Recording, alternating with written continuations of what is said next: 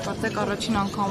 Հայաստանի երաժշտության պատմության մեջ հոգևորական դարձակալվեց եւ այսօր քննում են նրա կալանքի տանելու հարցը։ Ինչպես եք մեկնաբանում Հայաստանում այսօրին կատարվող ներքաղաքական իրավիճակը եւ ինչ սպասեք։ Այն ինչ կատարվում է Հայաստանում պետք է դիտել ամբողջության մեջ։ Սա հերթական օղակն է այն մեծ շղթայի, որը կոչվում է քաղաքական ռեպրեսիաներ եւ հալածանքներ։ Հայաստանը վաղուց դուրս է եկել ժողովրդավարության միջավայրից եւ դրա հիմնական պատճառը 44-օրյա պատերազմից անմիջապես հետո Հայաստանի ժողովրդի, Արցախի եւ հայ ժողովրդի, Հայաստանի Հանրապետության, Արցախի եւ հայ ժողովրդի ազգային պետական շահերի հստակ ոտնահարումն է այս իշխանության գլխավորությամբ։ Հոգևորական կլինի թե աշխարհիկ, ոչ մի նշանակություն չունի, որովհետեւ մենք գործ ունենք դասական ավտորիտար համակարգի, վարչակարգի հետ, որի նախաձեռնած բոլոր քաղաքական գործընթացները հակասում են Հայաստանի սահմանադրությանը, մարդու իրավունքներին, խոսքի ազատությանը։ Ամեն սկսվեց մտքի տերորից, որի պարագլուխն է հենց այս վարչապետի պաշտոնը զբաղեցնողը, աթոռը զբաղեցնողը, եւ բնականաբար կան պարտավորվածություններ, այսպես ասած, արտաքին աշխարհի հետ, այն աշխարհի, որը երաշխիք է տվել իր իշխանությունում մնալու։ Ամենևին խոսքը արևմուտքի մասին չէ, ոչ էլ Ռուսաստանի, կոնկրետ Թուրքիայի մասին է։ Թուրքիան է, ես բազմիցս եմ ասել եւ առաջիններից եմ ասել, որ միակ արտաքին լեգիտիմությունը, որ այս իշխանությունը ունի, գալիս է պաշտոնական Անկարայից եւ եթե Իրան-Իսրայել այս հակամարտությունը մեջ չընկներ, ապա այս գործընթացը գուցե սրբազան հոր ձերբակալությունը շատ ավելի շուտ լիներ, տեղի ունենար։ Պարզապես այս արանքում ինքը գնաց Թուրքիա, այցելեց Թուրքիա, իր առջև դրեցին դոսիեներ, խոստումներ, որոնք դեռևս 2021 թվականի նախընտրական քարոզարշավի ժամանակ ինքը խոստացել էր արտաքին իր հովանավորներին եւ հիմա այդ ամբողջը իրականացնելու ժամանակն է եկել, գումարած այդ ամեն ինչին ազգային արժանապատվության եւ հայկական արդարության գլխավոր ինստիտուտի ցավոք պետությունը այդ ինստիտուտը չէ, մեր քաղաքական համակարգի ի վիճակի չէ պաշտպանել հայության եւ հայ ժողովրդի շահերը, հայ եկեղեցին որպես ազգային գլխավոր ինստիտուտ ինքն է ստանձնել այդ դերակատարումը եւ կհիշենք վեհապար հոր այս սրացումները երբ սկսվեցին Բեռնում, վեհապար հոր հայտնի ելույթից, արցախանպաստ, հայանպաստ ելույթից հետո, ինչը ոչ adekvat անհավասարակշիռ հոգեխանգարմունքի հասնող ժեստերով եւ խոսույթով աչքի ընկավ այս անձնավորությունը։ Սա դրա տրամաբանական շարունակությունը եւ տանելու է մինչեւ վերջ բնականաբար, ունենալով լիաթոք լիարժեք աջակցություն Թուրքիայից աշխարհում չկա որևէ պետություն, որը շահագրգռված լինի Հայաստանի դիրքերի թուլացմամբ, սա շատ կարեւոր բան է։ Գեոպոլիտիկ իրողությունները պետք է մենք ճիշտ հասկանանք, ճիշտ վերլուծենք։ Ոչ Արևմուտքին, ոչ Ռուսաստանին, ոչ Չինաստանին, ոչ Հնդկաստանին, ոչ մի պետության, Իրանին առավել եւս ձեռնտու չէ Հայաստան, թույլ Հայաստան ունենալ այս տարածաշրջանում, որովհետեւ ռազմավարական բալանսավորումների հարց է։ Այստեղ կա բացառապես երկու իշխանություն, Անկարայում եւ Երևանում, պաշտոնական իշխանությունները, որոնք պատկերացնում են, որ մեծ Թուրանի ճանապարհը պետք է հարթ լինի եւ այս իշխանությունը ամենահարմար իշխանությունն է այդ նպատակի իրականացման համար։ Ամենը դիտարկում եք որպես եկեղեցու դեմ պայքարի մի մաս, որովհետեւ առաջիկայում գործողություններ են սպասվում իշխանության կողմից, որ պետք է իրականացվի, նույնիսկ ծրագիրն է հրապարակված եւ նաեւ հակազդեցություն է կանխելու համար միջոցներ են ձեռնարկում ընդդիմությանը ձերբակալելով։ Այսինքն տեսնում եք կապը եկեղեցու դեմ պայքարի միարժեք կա այդ կապը, բայց ես ուզում եմ մի փոքր փակագիծ բացել։ Այս խնդրին պետք է երկու առումով նայել եւ ներքին դաշտում եւ արտաքին դաշտում ինչ մեսեջինգ է գնում, ինչ ուղերձներ են գնում։ Այս սրբազան պայքարի կամ սրբազան շարժման ակտիվիստների նկատմամբ այս սանկցիաները, եթե կարելի է ասել, հիմնական մեսեջը արտաքին աշխարհին է ուղղված։ Հիմա ես առաջին անգամ մի հետաքրքիր բան կասեմ ձեզ, եթե ուսումնասիրեք նույն Թուրքիայում այն ինչ տեղի ունեցավ 2011-13 9 թվականներին, 20 թվականում, մոտ 1 տասնամյակ, այն լեյբլինգը կամ պիտակավորումը, որը անում է, ցանկացած իշխանություն այդ տեխնոլոգիան իրականացնում է, նույն իրականացվել է Թուրքիայում։ Խոսքը գյուլենական շարժմանն է վերաբերվում։ Հիմա իրենք փորձում են մարգինալացնել, մեկուսացնել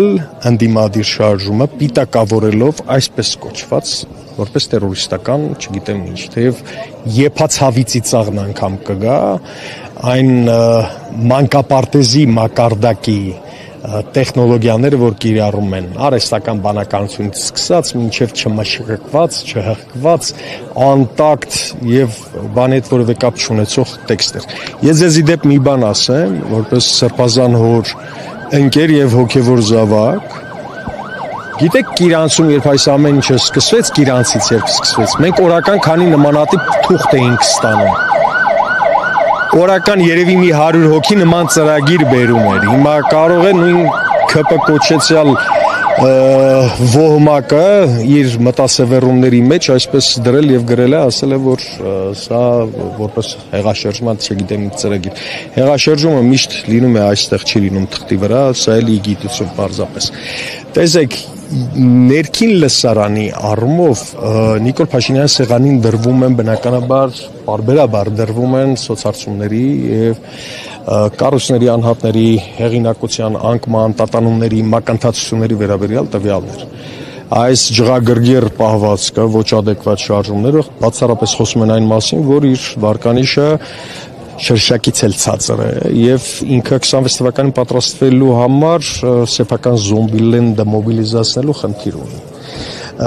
Ես նույնիսկ տեսեք այդ բառը չեմ ուզում գործածել, բայց քանի տեղ եկա, ասեմ, ինչ է նշանակում տերորիստական։ Սրանք այնքան կարճատես են, որ նույնիսկ չեն էլ պատկերացնում, որ Հայաստանը այդ եզրույթը պաշտոնական մակարդակով շրջանառելով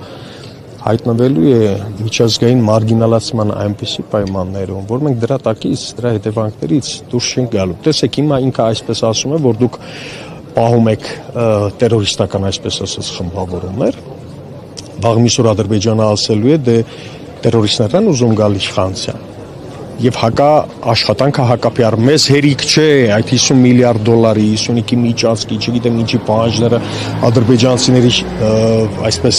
վերադարձի, այսպես կոչված խնդիրները, հիմա մի հատ էլ մենք ավելացնում ենք, այսինքն այս իշխանությունը լրացուցիչ լակմուսի թուղթ է տալիս Հայաստանի թշնամիներին, հետագայում, իհարկե, հետագայում լրացուցիչ ճնշումներ բանեցնելու եւ այդ ամբողջը որպես խաղաթղթեր հետագայում ընտրությունների ժամանակ օգտագործելու համար։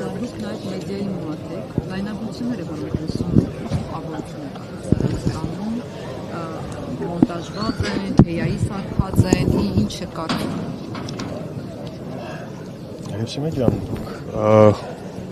2.5 տասնամյակից ավելի մեդիայում եք եւ դուք շատ լավ պատկերացնում եք, շատ լավ գիտեք, որ մեդիայի հետ առնչվող պրոֆեսիոնալը ցանկացած կադր կամ ձայն, որ լսում է, ինքը կարող է ախտորոշել այդ ամբողջը։ Եվ ձայնի տեմբրի փոփոխությունը, միջավայրի հետնաձայնի, բեքգրաունդի ձայնի փոփոխությունը, տարբերությունը, խշշոցները, այդ ամբողջ շատ հանգիստ կարելի է արհեստական բանականություն վաղուց անել, ընդհանուր մինչև արհեստական բանականություն, ես կարող եմ նույնիսկ ծրագրերի անուններ ասել, ինչով կարելի է այդ ամբողջը անել, այդտեղ ես որևէ խնդիր չեմ տեսնում, որովհետև դատարան իհարկե, եթե խելքը գլխի մարդ կա այստեղ, պիտի փորձաքննության ուղարկի եւ ասի, որ ուրիշ թաղում խաղացեք, էլի, սա կրկես է պարզապես։ Իրեղեն ապացույցներ բնականաբար չկան, ինչ է ֆուտբոլի դաշտ, որ մարդիկ գնում են, ինչ որ ճայթուկներ են վերցնում, չէ, իրենց հետ։ Դրանք գտել են, ասում են, որ դրանով հեղաշրջում են անել։ 10 տարվա ընթացքում Հայաստանում 3 լուրջ բանդա է ձերբակալվել, բացահայտվել եւ իրենց արսենալը եւ զինանոցը, որ մենք տեսնեինք, այդ ժամանակ կարելի էր հասկանալ, թե ինչ է նշանակում հեղաշրջում։ Դուք որսորդական զենքերով պատկերացնում եք խաղաղության, արժանապատվության, հայրենատիրության քարոզանող մարդը, որսորդական հրացանով պիտի գնա հեղաշրջում անի, սա ինչ խեղճ է։ Գիտեք, այդ նախարարների ցուցակի վերաբերյալ մի հետաքրքիր բան ասեմ։ Դիմադրության շարժումից մինչև հայրենիքի փրկության շարժում, հակառակը մինչև սրբազան շարժում, հրապարակում ճեմող ցանկացած մարդու գրպանից կարելի է գտնել 20 նմանատիպ ցուցակ, որտեղ իր հարազատներին պատկերացնում էր, չգիտեմ ինչ, նույնիսկ եղել է, որ ցույցերից մեկի ժամանակ ես միաժամանակ մի քանի էկոնոմիկայի նախարարի եմ հանդիպել ապագա։ Հիմա սրանք խեղկատակություն են, ուղղակի այստեղ զուտ PR-ի տեսանկյունից շատ կարևորը մենք խուսափենք եւ հորդորում եմ մեդիայի գործընկերներին, բոլորին աշխատել այդ եզրույթը, որը իրենք գործածում են եւ հիմա տիրաժավորում են տերորիստական, շատ չտիրաժավորել, որովհետեւ դա առաջին հերթին նախ ակնհայտ կեղծիք է սուտ է իմ փոքր 7-ամյա երեխային, եթե նման բան ասեմ, նույնիսկ կծիծաղի, որովհետև ինքը ավելի լուրջ հեղաշրջում կկարողանա անել, քան սրանց պատկերացրածը, եւ երկրորդը Հայաստանի Հանրապետության դիրքերը չպետք է թույլատրել անկախ ամեն ինչից, անկախ մեր ունեցած վերաբերմունքից այս կամ այն անձի նկատմամբ, մենք պիտի մտածենք նաեւ վաղվա մասին։ Սրանք գնացող են, սրանք վաղը գնալու են։ Եթե այսքան խոճապահար չլինեին, ցայտնոտի մեջ չլինեին, նման հիստերիկ շարժումներ եւ ապաքաղաքական տեխնոլոգիաներ չէին գործածի սուտահը։ Նիկոլ Փաշինյանին տևական ժամանակ Լևոն Տեր-Պետրոսյանի հոգեզավակ էին համարում, բայց վերջին շրջանում մենք տեսանք, թե ինչ գրոհ է սկսել Լևոն Տեր-Պետրոսյանի դեմ, հատկապես կաթողիկոսի հետ հանդիպումից հետո, իսկ Աննա Հակոբյանն ընդհանրապես անցավ բոլոր գծերը, էլ մեռելից դա չի, գիտնական ոչի եւ նման որակումներ տալով առաջին նախագահին, ընդհանրապես ձեր կարծիքով այս իշխանությունները ում հոգեզավակն է, եթե գնահատական տակ ու կարմիր գծերի առումով ինչ կասեք, փաստորեն չկան, անգամ մարդու շնորհիվ, որի շնորհիվ հայտնվել էր խորհրդարանում, հակխմբակցության падգամավորը եւ այլն, անգամ դա չի կանգնեցնում այդ մարդկանց։ Մինչև այդ կարմիր գծերը անդրադառնալ, ձեզ մի բան ասեմ, Բագրատ Սրբազանի հետ ես ձեր հարցազրույցը նայել եմ եւ համարում եմ, որ դուք էլ եք իր հոգեզավակը ինչ որ առումով, գաղափարական առումով, գուցե այդ իմաստով իհարկե չէի ցանկանա ինձ եւ ձեզ համեմատել նույն այդ անձնավորությունների հետ, բայց կարմիր գծերի առումով սրանք սրբապիղծ են, սրանք որևէ կարմիր գիծ չունեն։ Հիմա ամեն ինչ եթե մի կողմ թողնենք, ամեն ինչ վերանանք մի բան։ Ես ամեն օր 7-րդ աշխարհ եմ գնում գալիս այն նվաստացումից եւ անպատվությունից, գետինն եմ մտնում, կարդալով նրա գրառումները։ Նրա տիկնոջ, չգիտեմ ինչ եւ այլ։ ԿՊ որպես այդպիսին գոյություն չունի, գոյություն ունի ոհմակ, քաղաքական ոհմակ, որը զավթել է իշխանություն։ Ավելին ասեմ ձեզ, եթե կա մի տերորիստ Հայաստանում, որը ահաբեկել է սեփական ժողովրդին եւ հայրենավաճառքով է զբաղվել, դա Նիկոլ Փաշինյանն է։ Այնպես որ իրենց падգամավորներից որոշ կենթանիների հետ ասոցացվող, շրջանառում են, անունները չտամ, այդ որ ասում են ստահակ տերորիստներ, մեզ ամենամեծ տերորիստի հասցեն ասում են Նիկոլ Փաշինյան, եթե դու քո ղեկավարին այդպես ես դիմում, ես միայն գլխարկս խոնարհում եմ քո առաջ։ Կեցես։ Բանկարն արդեն հայտնի դարձավ, որ Արցախի հանրապետության ազգային ժողովի պատգամավորը կալանավորվեց 2 ամսով, սա ինքնին ենթադրում է, որ այս շղթայաձև գնալու է։ Իհարկե շղթայաձև գնալու է, ես ավելին չեմ բացառում, որ ազգային արժանապատվությունը պահող քաղաքական ուժերը, կուսակցությունները, անձինք, անհատներ, հեղինակություններ լինելու են շղթայի հաջորդ օղական։ Ինչու՞, որովհետև մի հետաքրքիր փաստել չմոռանանք, ազգային անվտանգության ծառայության պետի փոփոխությունը, ինչին հաջորդեց ոչ միայն հակափաշինյանական այսպես գործողությունները չզսպելու եւ այլն, այլ ակտիվորեն ամեն ինչ արեցին, որպեսզի Արցախի նախագահի ընտրությունը տապալվի։ Եվ հիմա Արցախի ընդհանրապես խորհրդարանի նախագահի պետական ինստիտուտների գործառնության խնդիր, երբ որ նորից օրակարգ է եկել, պետք է խափանել այդ ամբողջը, մտնել ընդհուպ Արցախի ազգային ժողովի խորհրդարանական խմբակցություններ եւ ես չեմ բացառում, որ հաջորդ այսպես սկալանավորվողները լինեն դարձյալ Արցախի տարբեր խորհրդարան տարբեր խմբակցություններից։ Շնորհակալ։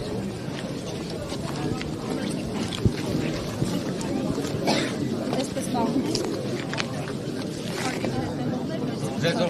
Գոլֆ